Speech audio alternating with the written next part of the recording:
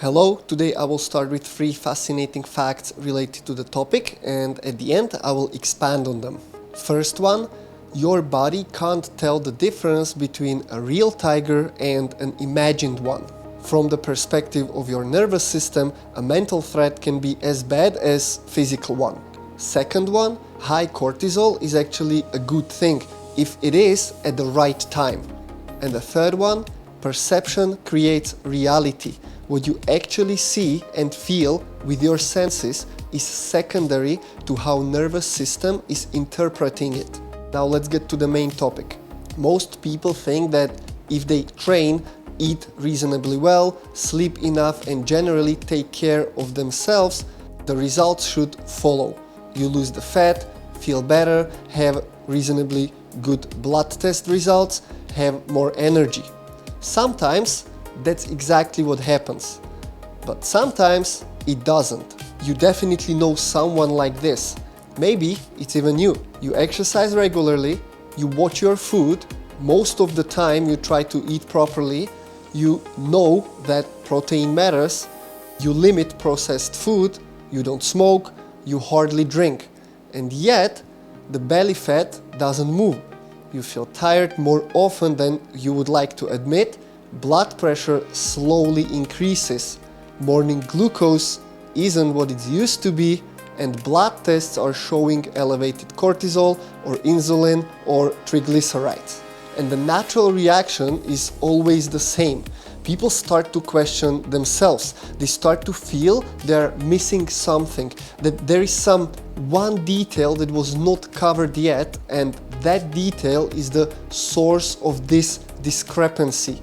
The detail that will bridge the gap between effort and the results. So in this frustration, they try to do more. They train harder, eat less or change diet, add more supplements. They try to change their training program or training focus again, constantly looking for that one last piece of puzzle to try optimize another detail. But what if the problem isn't in what you are doing? What if the problem is the condition in which your body is doing it? My name is Paolo, and in this first part of Fat Loss mini-series, I will show you that you might not be necessarily doing it wrong or not doing enough. You just have been looking at this from the wrong angle. Imagine a repairman trying to fix a machine and fine-tuning all the micro components just to realize that it just wasn't plugged in power. That's what this is. We need to zoom out and we will see that the problem is somewhere else, because your body doesn't make decisions based on calories, training plans, or few more micrograms of the new supplement. Body makes decisions primarily based on something much more fundamental: safety.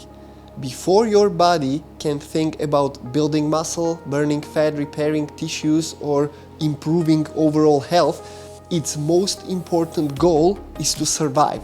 Only then it can invest resources into the future. Your body has only one main priority. Body simply wants to keep you alive. To do that, your nervous system constantly evaluates your environment. Every second, it looks at thousands of signals: breathing, heart rate, sleep, pain, hunger, temperature, noise, light, but also mental state and internal safety, relationships, how you see yourself within your social group. If your teacher is giving you a hard time, sometimes maybe even in front of other people, if your boss is making your life hell, if your business partner is unreliable, if you have annoying neighbors, problematic family members, or if the relationship with your partner is not where you would like it to be and you feel stuck, everything becomes information. Based on all that information, system chooses one of two operating modes. It is either dominance of parasympathetic nervous system. This is when body assumes there is no immediate danger, digestion is working efficiently, recovery is increased, repair begins, resources are invested into building. The second is the sympathetic nervous system. As parasympathetic, this one is also just a function, and every function can be used or misused. We need sympathetic to perform, to train, to react quickly, to escape and run away from situation if threat is too much for us. We need it to survive, and its job is simple: to mobilize resources, increase alertness, increase the amount of energy that is available immediately, and it's preparing body for action. However, there are two main challenges with this system. First one is that normally after strong sympathetic expression, after that action, we need parasympathetic to recover from it. It is a natural wave that is happening. But what if your body never receives a proper signal that it is safe to leave? If that happens, sympathetic can become kind of your baseline. Sympathetic state that was originally designed as a survival strategy can become sympathetic long-term dominance. It can become your baseline state you get stuck in. And the second challenge with the sympathetic state is that it actually has two branches, fight and flight, and they are not the same. And if you get stuck in sympathetic, you are getting stuck in flight. And that really becomes a problem. Fight and flight both exist for the same reason, to keep you alive, but they solve the problems differently. Fight is when you can deal with the problem. It is pure action, drive, and you are prepared to deal with the challenge that is in front of you. Strength is ready to be expressed. Focus is narrowed and pointed at your task. Energy is widely available. Everything is directed toward overcoming that obstacle. Fight is active, decisive, but it can not last forever. It is energetically expansive because you are very productive.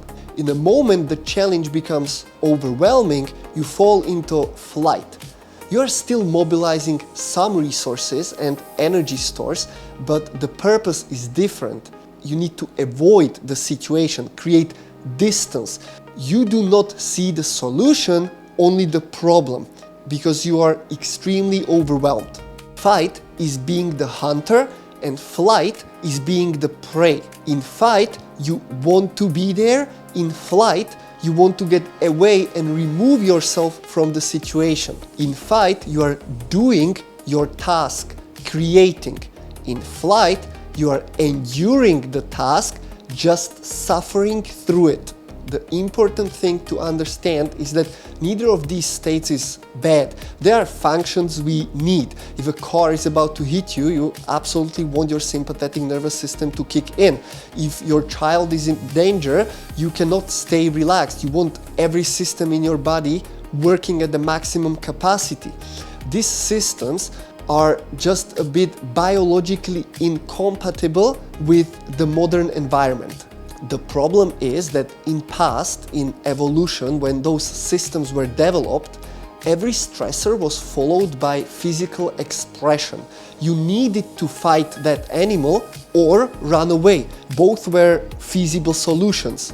Getting food was physical. Dealing with anything was physical. Whenever there was a danger, you had to solve it with physical action.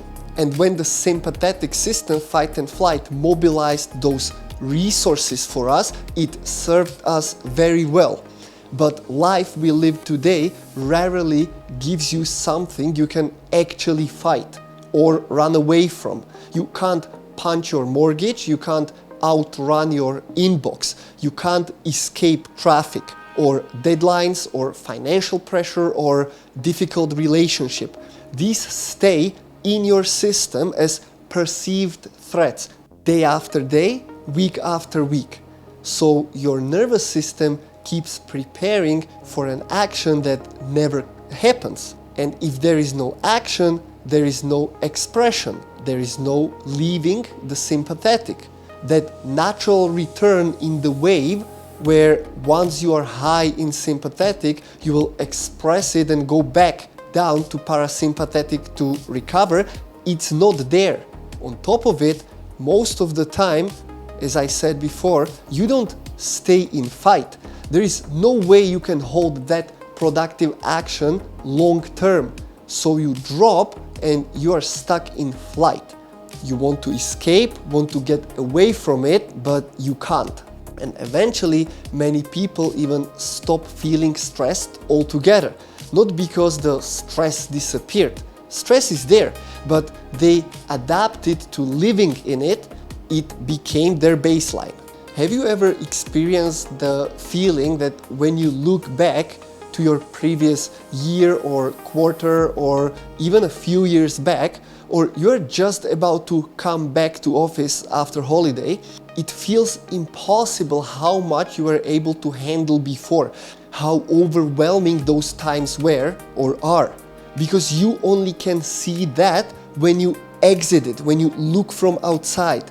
The body is extremely good at adapting. And now the key point. When your nervous system spends too much time in flight and adapts to it as its baseline, it begins changing the way your body is managing energy, because flight, the escape strategy, is mainly managed by cortisol. Cortisol is often called the stress hormone, and that is partially correct. On its own, cortisol isn't the problem. It's actually one of the solutions. Its job is simple: to make sure you have enough resources, have enough energy to survive. When your body suddenly believes something dangerous is happening, the worst thing that could happen is to run out of energy. So cortisol starts reorganizing priorities. Not forever, just until the danger will pass. The problem you already see coming is when this temporary strategy becomes your daily operational standard. When you do not get out of sympathetic and mainly flight state, out of that constant tiny stressors repeatedly triggering cortisol and its influence. And that influence attacks on many levels. First one is energy. Your brain and muscles need fuel, ideally as soon as possible. So cortisol increases the amount of glucose available in your bloodstream.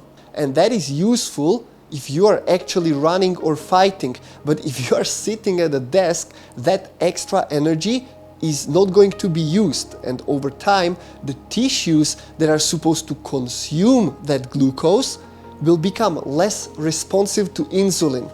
Blood glucose stays elevated longer, and the pancreas produces more insulin to compensate.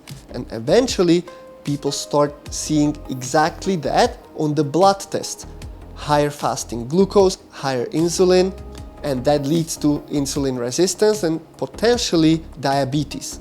With that also comes one of the most annoying survival mechanisms, storing fat, because cortisol makes that energy available, but if that glucose keeps coming and never gets used, body stores it, especially around the abdomen.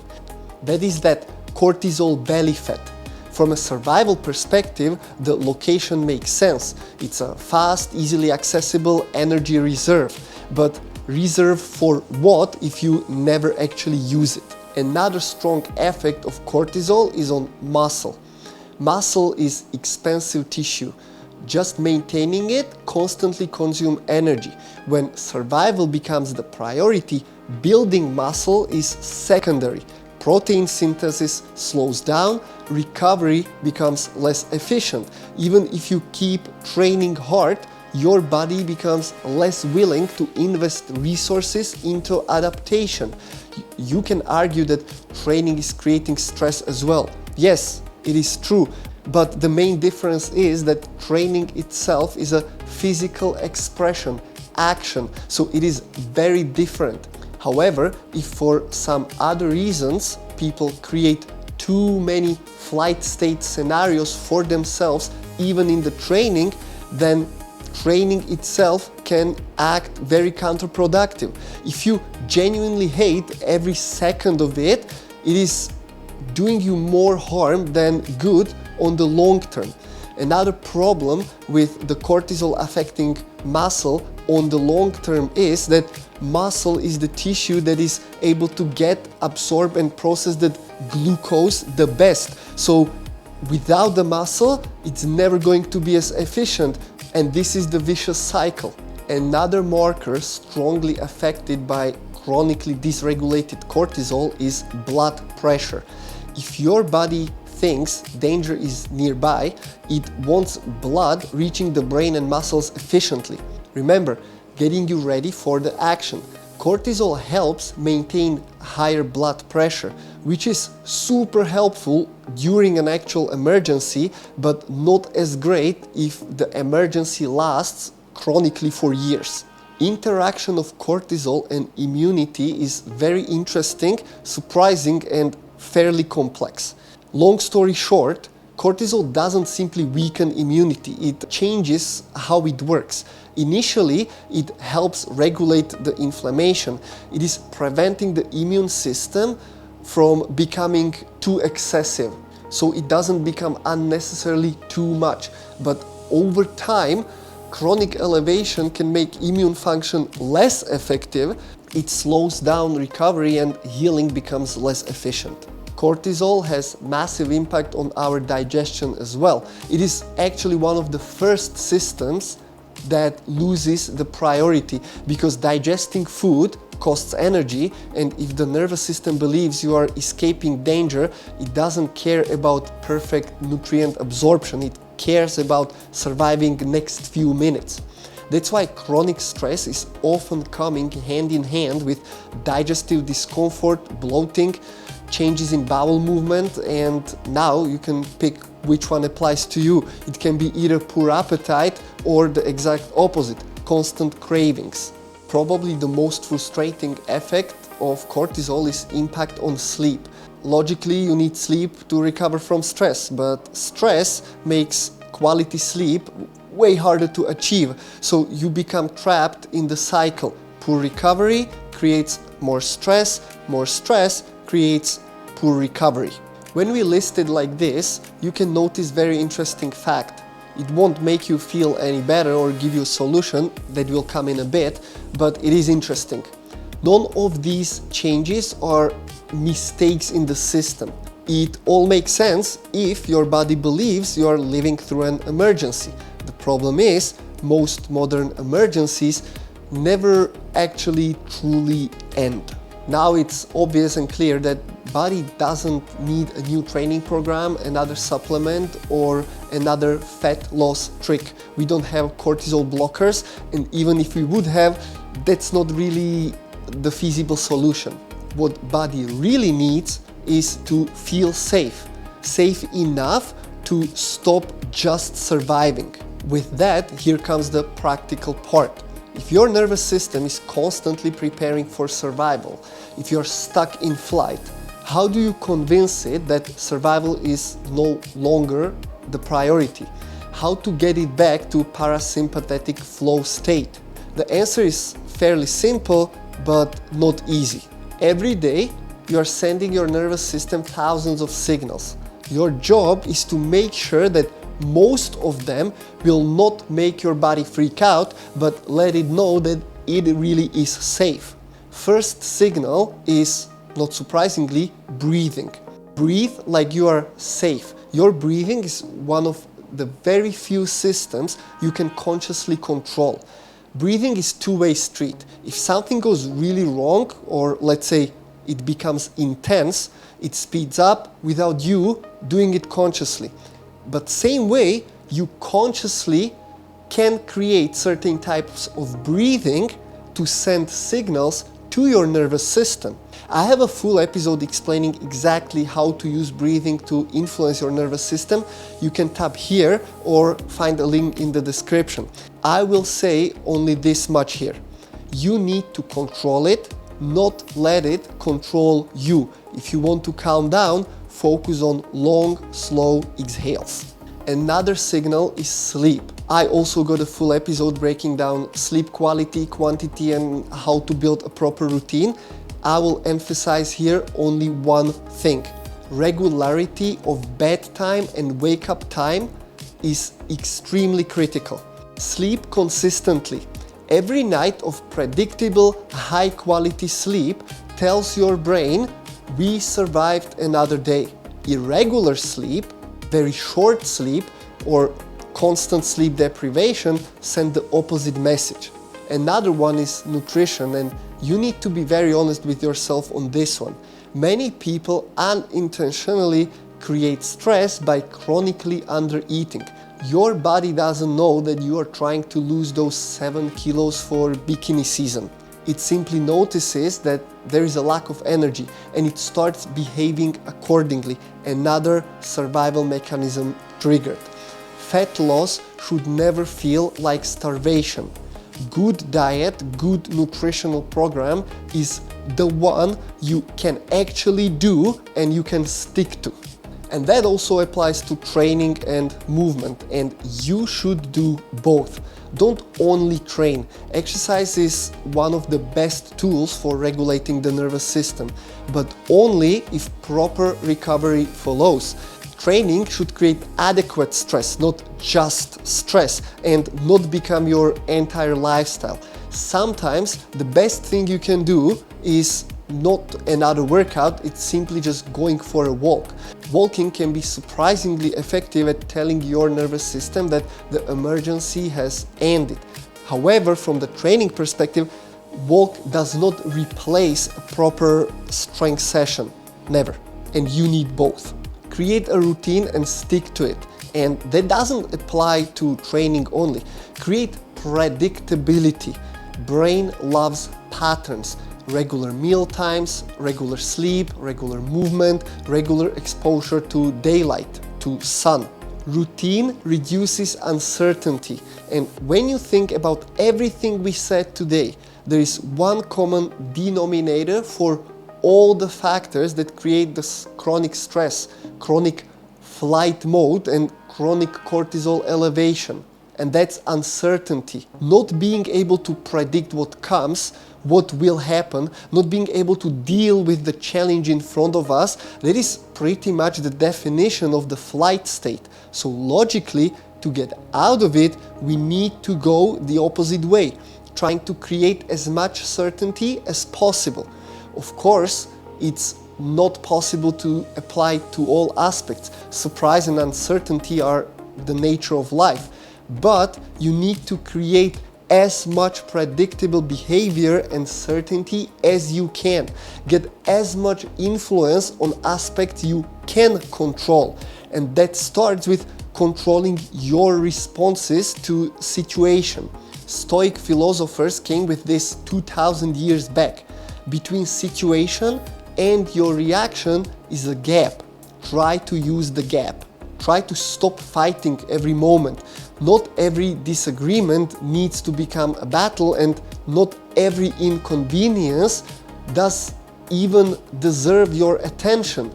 Many people unknowingly train their nervous system to react to everything, and eventually everything starts to feel important. But nothing is as important as you staying calm and regulating your nervous system, because that literally equals your health. Do more of stuff that makes you calm every day.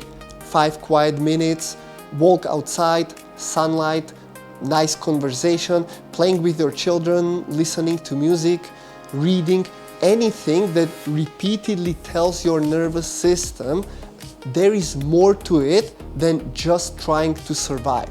But here is something fascinating. Everything we've talked about today might make sympathetic activation sound like an enemy.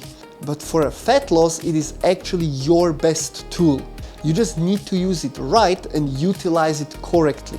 In the second part of this mini-series, I will explain exactly that, how to use sympathetic stimulation for fat loss, and I will break down arguably one of the biggest myths in fitness and fat loss. and that is spot reduction, ability to burn fat from specific body part by targeting them. Generally, it used to be a big hook for money-making programs, crunches for abs and glute bridges lying down in front of a TV for fat loss from your butt. The real science came and debunked all of it. They said it was all about the energy balance in and out, and that you cannot target where you lose the fat from. But you actually can if you understand neural activation, sympathetic system and its receptors, and you get the right tools with proper protocol. It is possible, but all that will be in the next episode. Thank you very much for watching. My name is Paolo. Send this video to 2 people. First one, somebody who is working their ass off and they always complain it is not showing.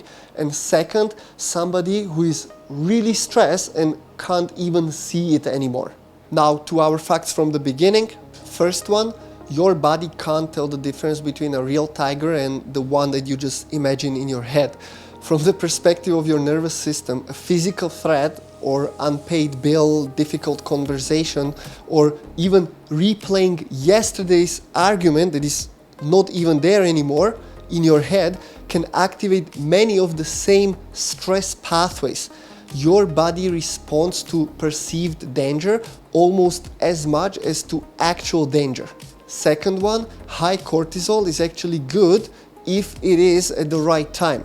One of the highest natural cortisol peaks should happen within about 30 to 45 minutes after waking. It is called the cortisol awakening response. Its purpose is to wake the brain up, mobilize the energy and prepare you for the day. The problem isn't the cortisol, the problem is when cortisol stays elevated and or is elevated at the wrong times through the day, so it's out of its normal daily rhythms. And the third one, perception creates reality. What you actually see and feel with your senses is secondary to how your nervous system will interpret it. Your body doesn't respond to reality, it responds to the reality your nervous system believes it is living in. And with this deep philosophical thought, thank you very much for watching. If you have any comments, questions or suggestions, reach out directly to me or comment under the video. See you next time.